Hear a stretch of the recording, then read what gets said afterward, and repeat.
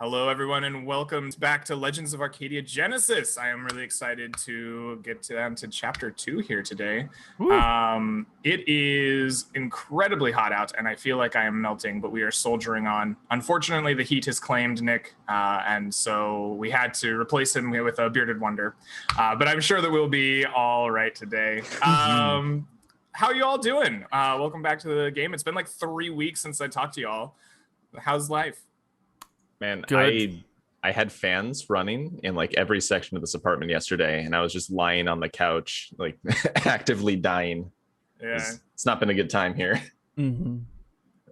Yeah, I went to Hawaii and I come back, and the Northwest is this shit. Is it hotter in where you are than where it was? Right now, it is hotter here Nice. in Seattle area than Hawaii. Not by Isn't much, there like but 12 degrees of latitude difference between Seattle and Hawaii? something like that. Yeah, Jesus. yeah. Right. I could have just hung out in a bikini in my own backyard. You could have. Mm-hmm. I'm not a big Hawaii fan. Are you like a beach person? Like whenever I've gone to Hawaii, I've always been like, what am I doing here? Can I just go golfing? Oh God. Oh my God. The opposite. Yes, I am. I grew up near the Yeah. beach, and I have a deep hatred of shoes and shirts and Mm-hmm.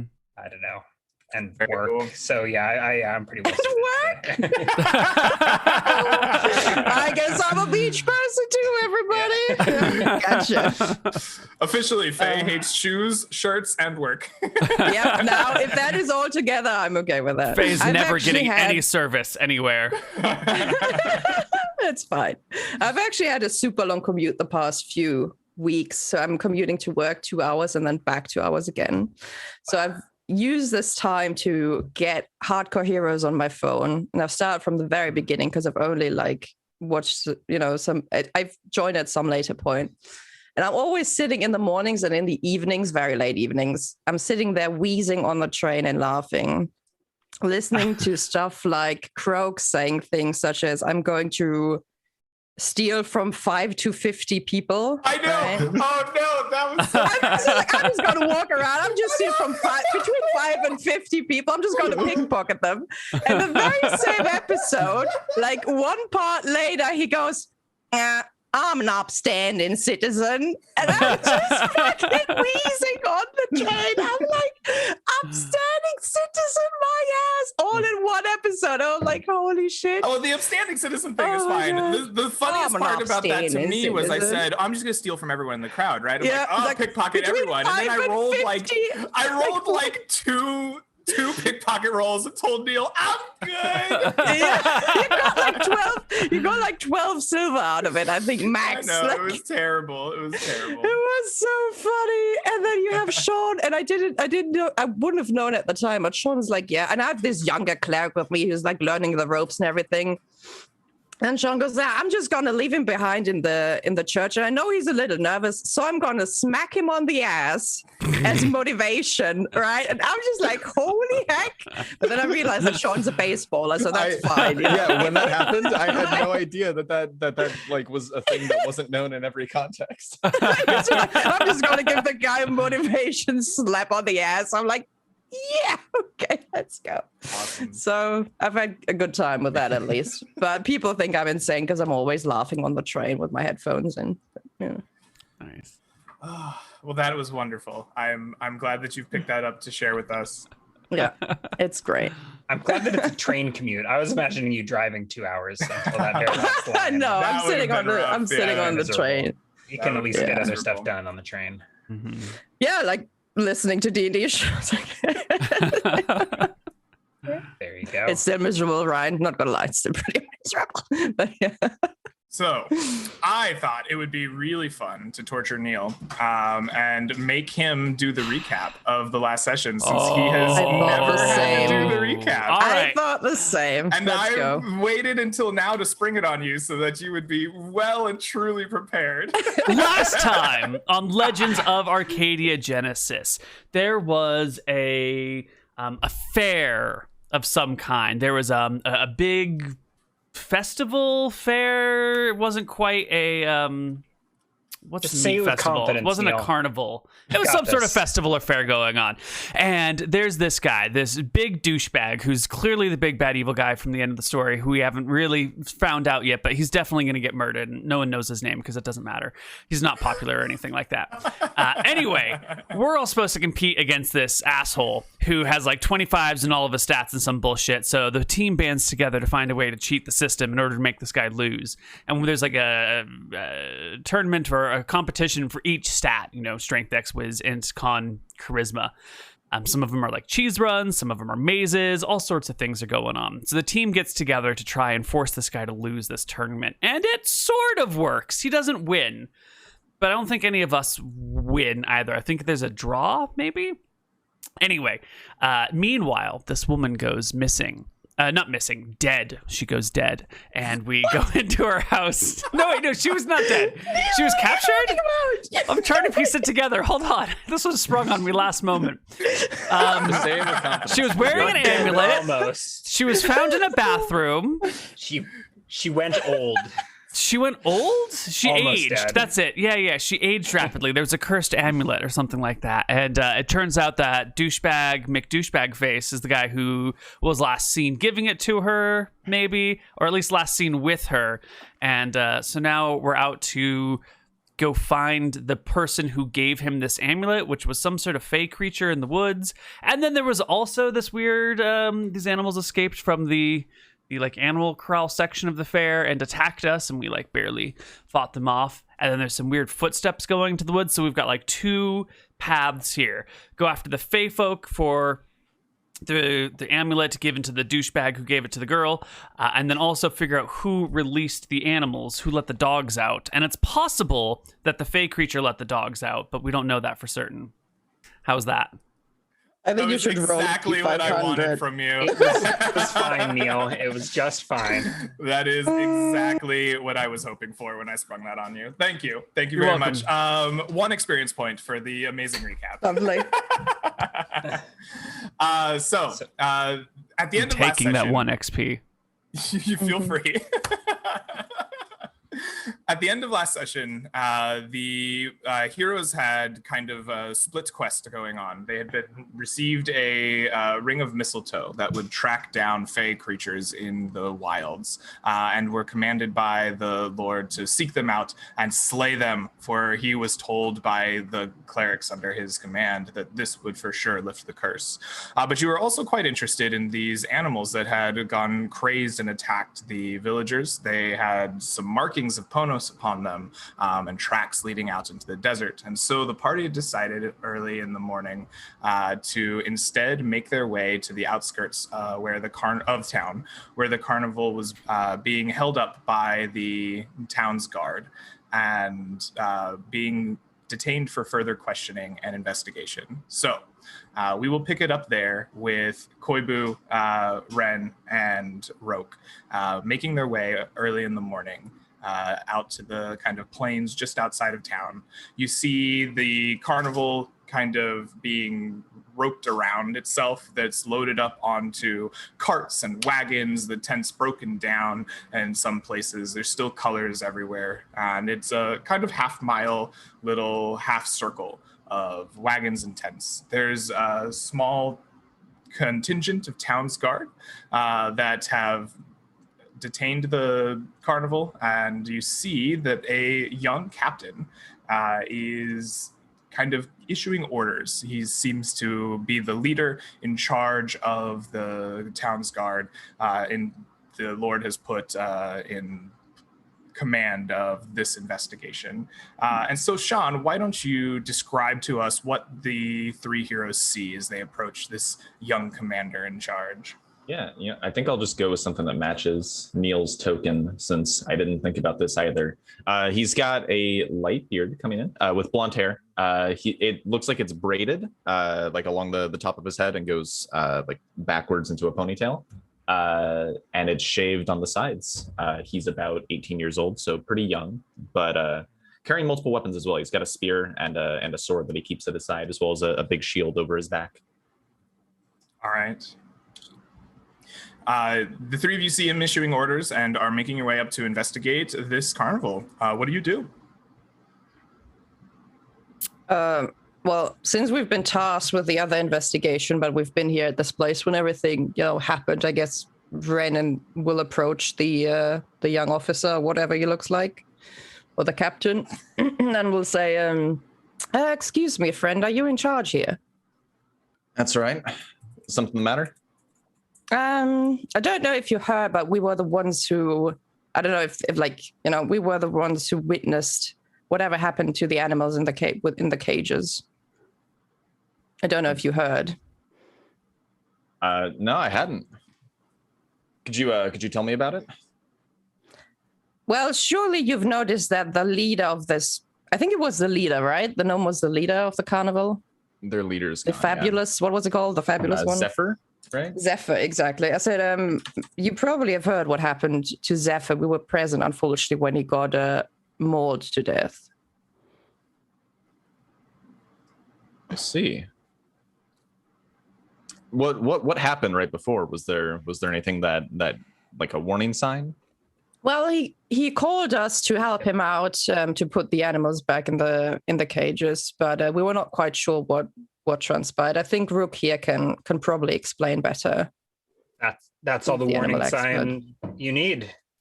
The foolish man was enslaving great cats, and he met with a claw full of karma. Yep. He asked you to help put the animals back? You don't work with them, do you? No. The carnies? Mm-mm. Oh, no, we're not circus people. No. I think Hugo will jot that down and note to ask if that's like common for them to ask for. Was he asking because something was going on, or was he just asking kind of casually if you could help put the animals back?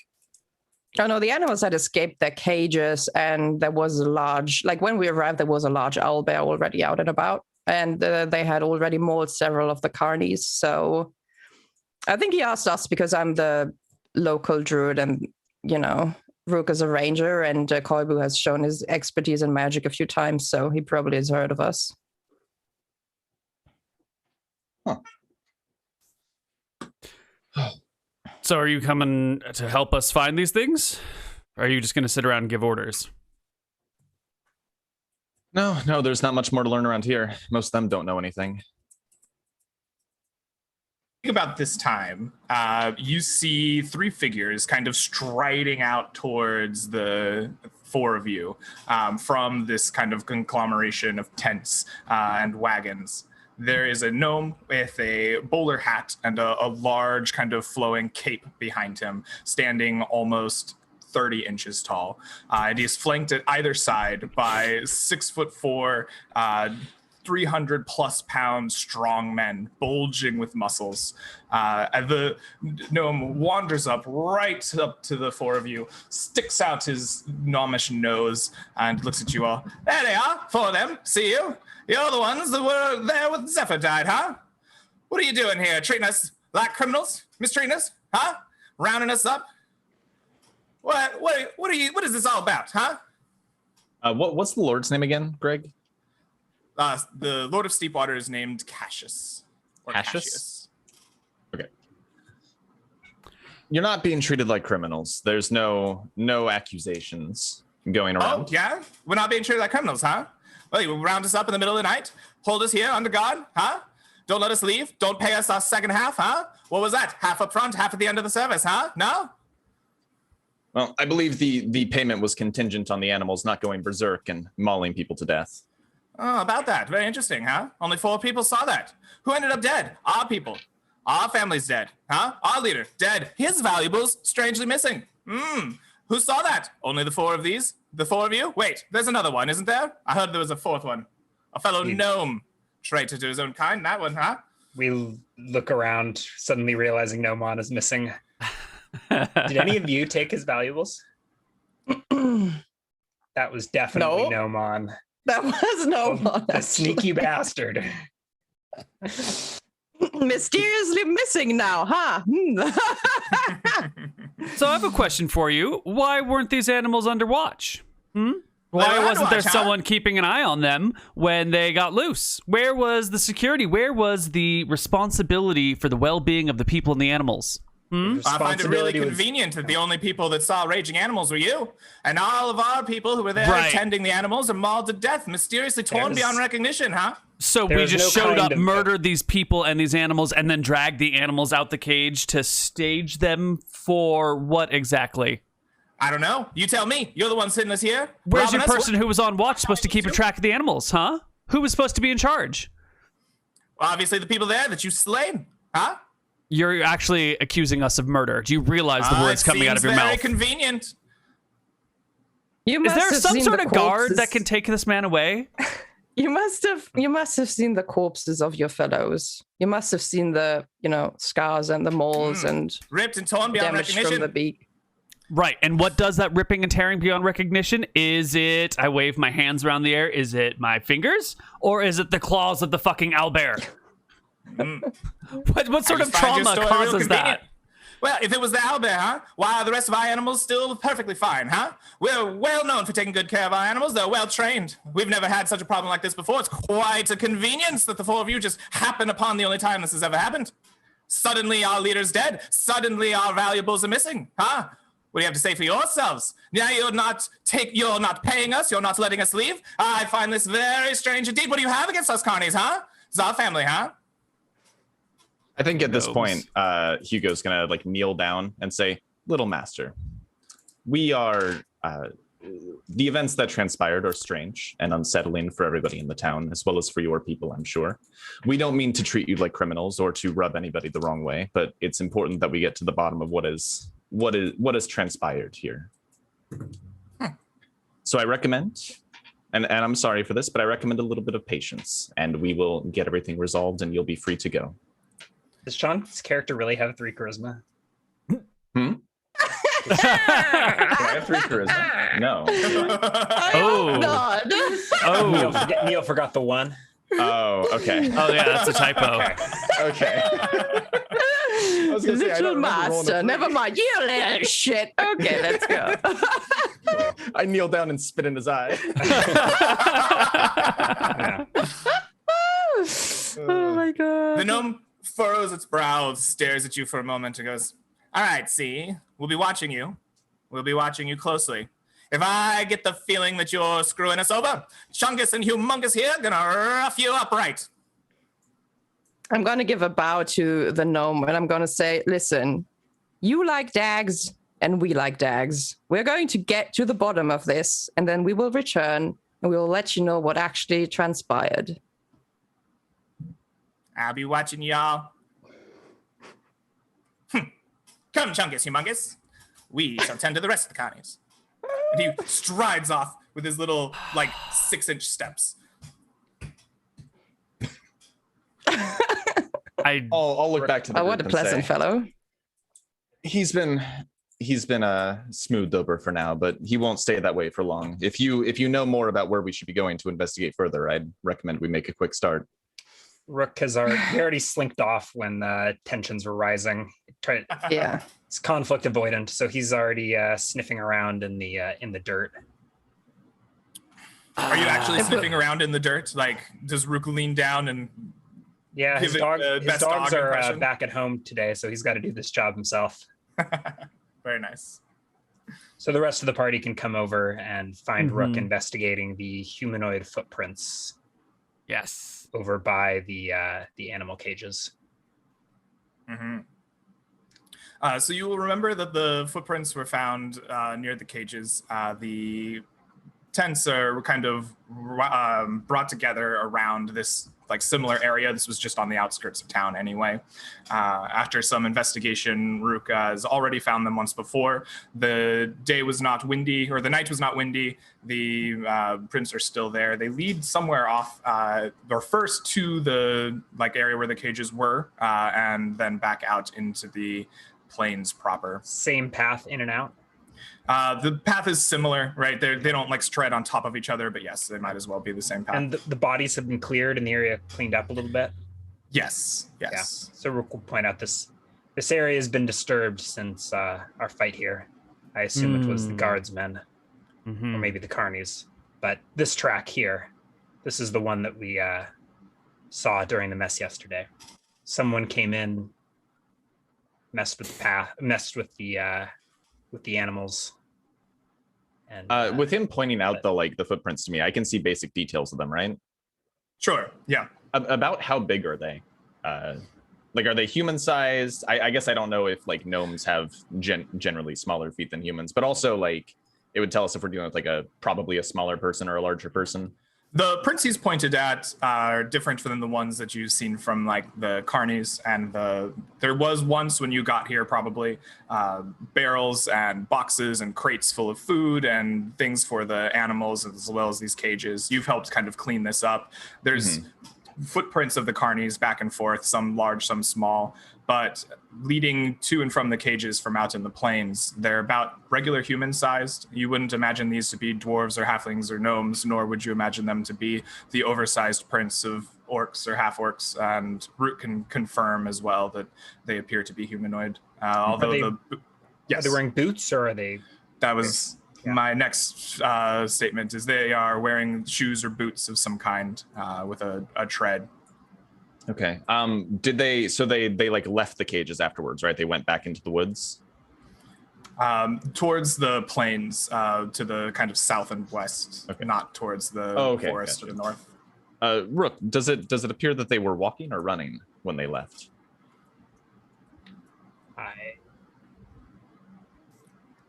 Rook, would you like me to roll for further information? You already rolled to track the footprints before, correct? Yeah, so I'm not going to make you double jeopardy on the prints for the moment. The prints seem to be walking at a kind of even and measured gait. And I think there's a chance to know approximately how many, or can you just give that to me? Is that in the base rules, or is that in Neal's rules? Because I think Neal's tracking proficiency is different than the base. I don't know if it is different, but I believe it is in the base rules. Let me check. Or at least there's modifiers based on number. Let's see. Yeah, you get a penalty or you get a bonus for every 2 people in the group, or every 4 people in the group, and a penalty for every 12 hours. Let's see. Tracking. A tracking character can also attempt to identify the type and approximate number by rolling a proficiency check. All the normal tracking modifiers apply. One check can be rolled.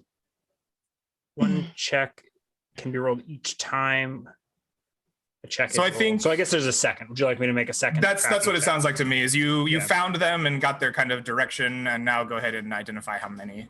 Yeah, let's get these dice warm. Absolutely. All right, you successfully appraise the tracks here, and what you find is there is a set of 3 individual tracks. Okay, so there's 3 of them. Mm-hmm. The tracks are similar in size and shape. Mm-hmm. The treading is distinct in the way that boots wear over time. You're used to seeing that. You've tracked humans before, but appear to be relatively the same make. Okay. Well, they lead off this way. Let's go before this trail gets any colder. Sure. Let's go. Before we go, I'm going to put one of my more even-tempered officers in charge of the guards watching the carnies, knowing that there's already enough tensions as it is. And you hear protestations from the back as you leave. There's a particular gnomish voice ring out. Now they're leaving us here. I see the way this justice works. But eventually you make your way out into the plains, following the tracks, leading ever further south and west. The day is hot and dry, and it has been a whole night out here in the plains. It wasn't particularly windy, and you have identified these things and tracked them down. Rook, how do you make sure that you don't lose these tracks? Tell me what it's like as you're tracking these through the dusty, dry plains with the small grasses and like kind of small rocks as your only guides, other than the prints. It's mostly walking slow and struggling to slow down the rest of the party and keep them behind me so that they don't mess up the track ahead. Mostly standing and walking and following broken grass strands, but occasionally I'll like stop the party and have to like get down on hands and knees and like fan out to catch the track again. And at this point, I think I assume my dog-like characteristics and sort of sniff and crawl around on hands and knees in the dirt looking for a sign of our lost track. All But right. it hasn't been that long, and I think the size of the group probably makes up for the passage of time, so it's a pretty straight up tracking task. And I don't think we'll lose it. I will Absolutely. lean to whoever's closest to me and be like, this guy's our tracker? He's like rolling around in the dirt. You are moving along in the dirt, and it leads you some number of miles out into the plains. At some point during this, can I check the mistletoe again just to make sure we're very clearly heading the wrong direction? You do. You take out the mistletoe and kind of give it a moment, and you feel the pull leading you almost entirely 180 degrees the other way. Did you say you said it was a ring? I was thinking it was a twig or something, but you were saying It's like fashioned mistletoe. It's not like a ring that you wear. It's you've been given like a fetish of mistletoe that will kind of pull you in a direction. All right, I'm keeping it gently tucked in my pocket or something. Mm-hmm. Absolutely. Okay. After a few miles of travel, the morning is kind of quickly wasting. You come across something interesting in the tracks. The three of them kind of branch off in different directions before coming back together. And when they do, following just the middle path forward, the tracks come back together and they seem to be dragging things alongside of them. The tracks become very easy to follow at this point, but it seems that there is something heavy being dragged along beside them, large enough that you get the impression that these are, not small, it's not sacks, these are something large and heavy is being dragged along on either side of these tracks forward. So I think this is probably where the party is taking a break. Like, why is he stopped? And Rook's like running around within like this 100-yard radius, trying to like sort out where the three tracks went.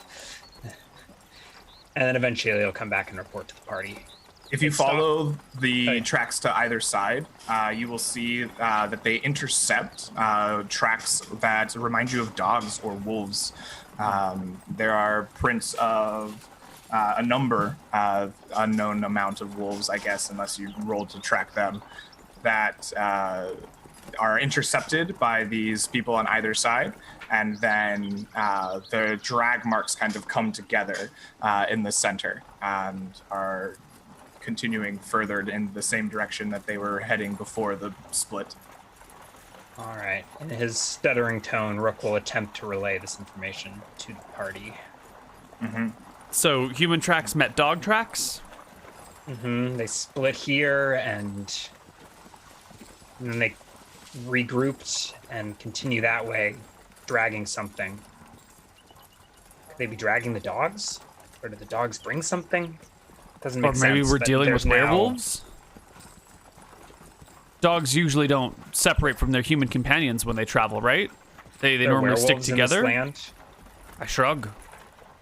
Greg? They said they used to be. I don't know if you've met a werewolf, but there are rumors of, maybe 100 years ago of a werewolf who turned against his master and led a rebellion against Ferocity.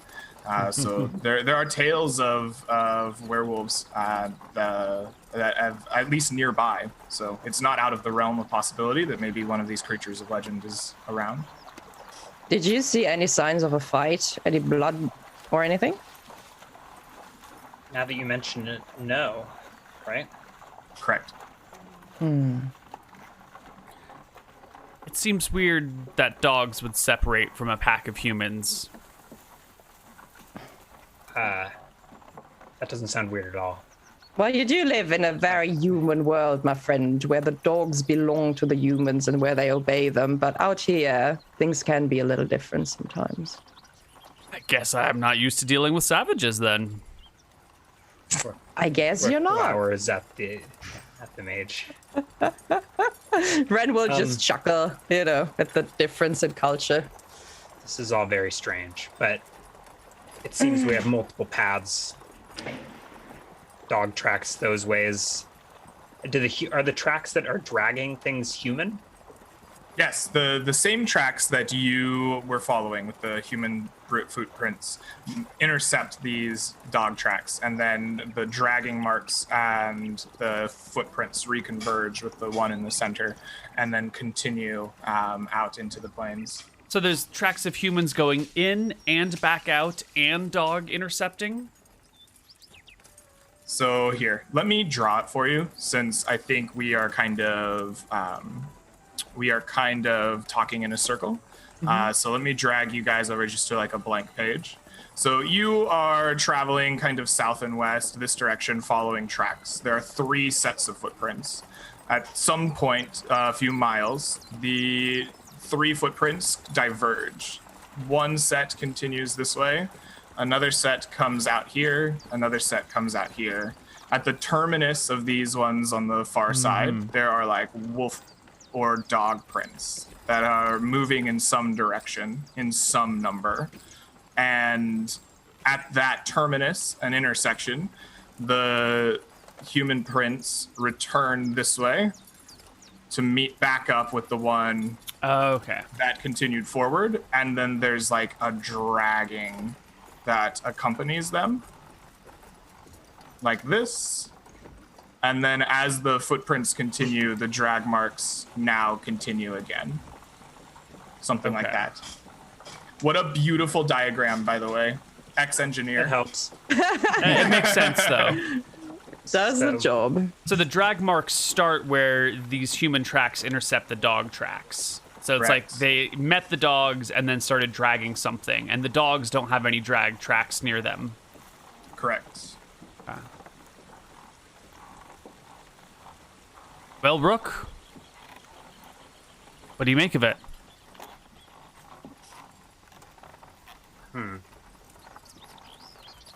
Rook's deep in thought. I guess we're dealing with dog people. Yeah, are there any dog prints in this section? Rook takes a look around and does not find them. He's been, circling around his 100 feet as the party stops and takes their rest here in the late morning, and will not find any. Do I know of any? Are there tribes in these plains that domesticate dogs? Let's see. Do I have? As far as you know, the true domestication of the wolves in this area is your accomplishment. So unless you shared that knowledge with, some tribes or some small villages out here, I don't think so. I think that's why I'm a little baffled trying to piece this together. Mm-hmm. Like I thought I was the first person to bring dogs or wolves into civilization.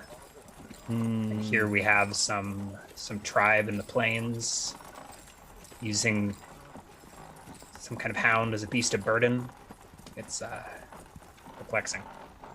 Do I know if there's a circle of druids or an conclave, or is there anything like that in the plains? Is there a druid in charge here somewhere? Are you a druid of the plains? What is your druidic training? So I'm a druid of the northern forest where the elves are from. That's what I thought. I was relocated to the city, right? Because I'm like a city councillor, I'm between the nature and the people there. So even if I don't know exactly who someone might be in charge here, while we're tracking, if I can't figure it out now, while we're tracking, I'd like to look out for markings of druidic nature that tells me, okay, this is my territory, something akin to that.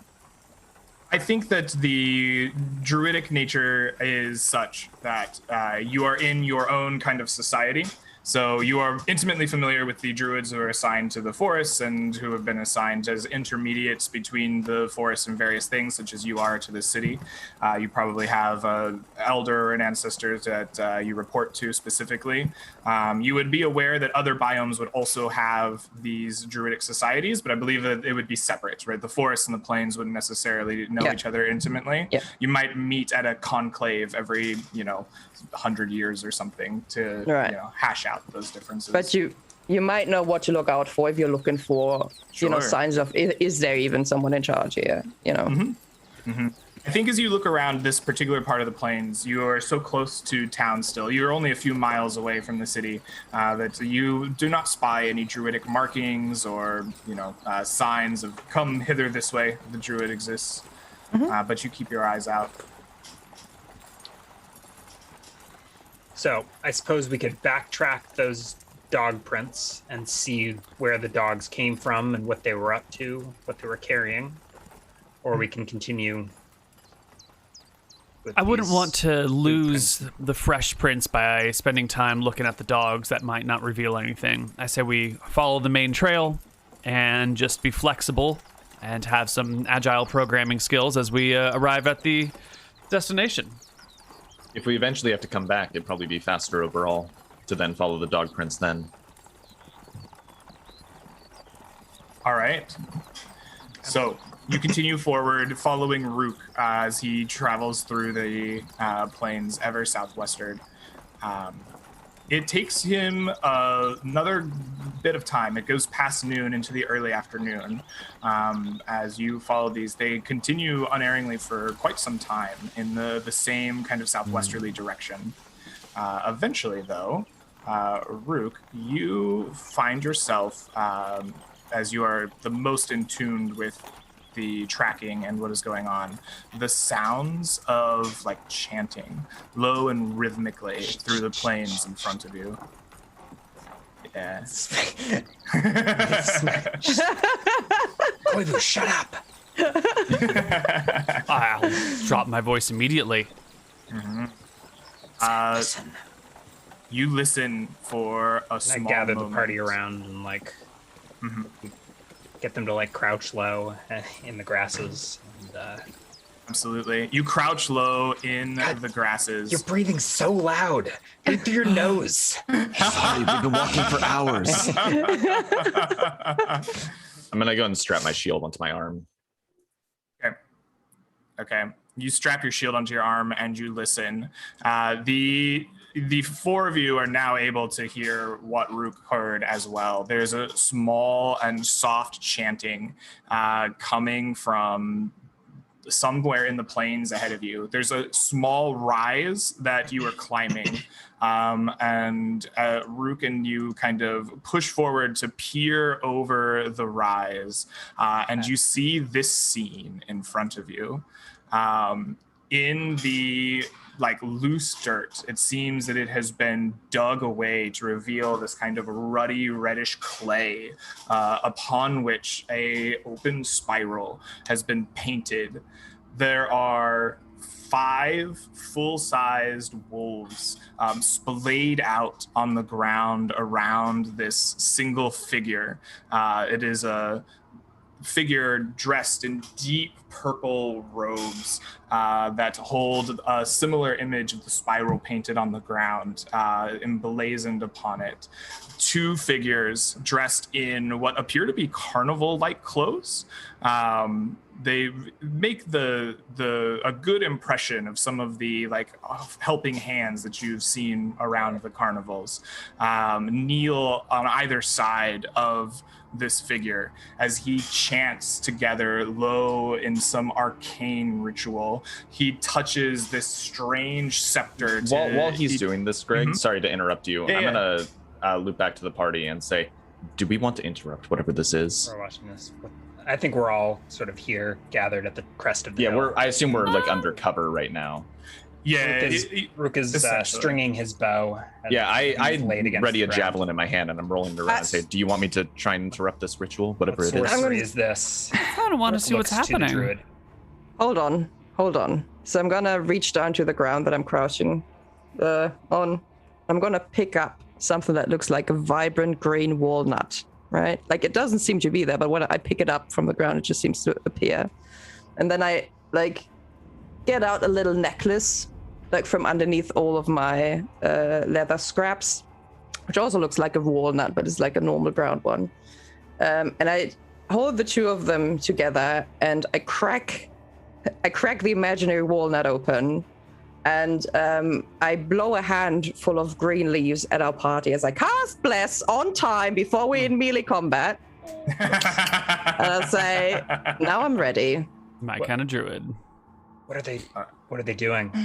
What are they doing to the dogs? I'm going to step out here, Greg, and I'm gonna throw a javelin at this guy, and I'm gonna arc it pretty high. I want him to like be able to evade it if he tries. But my thing, like, they're doing a ritual right now, right? He's actively doing something. I want to force him to move and interrupt whatever he's doing, or take the javelin like square in the chest. All right.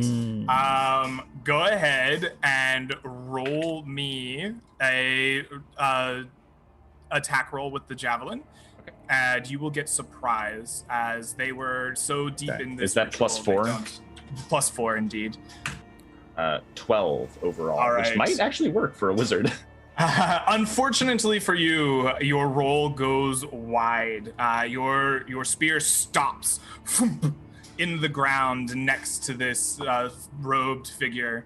He pauses, his scepter a moment away from one of the wolves, looks up at you, and you now standing up, staring at him some 60 feet away. Yeah, I might be the only one right now, and I'll call out, "Hello, I have some questions for you, if you have a moment." You call out, you have some questions. He smiles a wicked smile, and you see that his face is scarred and marked by what appear to be 1,000 self-inflicted cuts. He has strange piercings and studs ripped into his flesh as well in a way that seems almost infected. Chains writhe from them to other parts of his body. He smiles wickedly at you and stabs his scepter into the final wolf.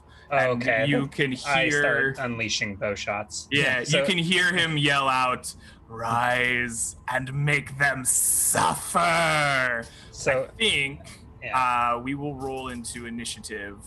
All right, here and now. Do we want to go into combat right now, Neal, or is this a break point? This is a great breaking point. All right.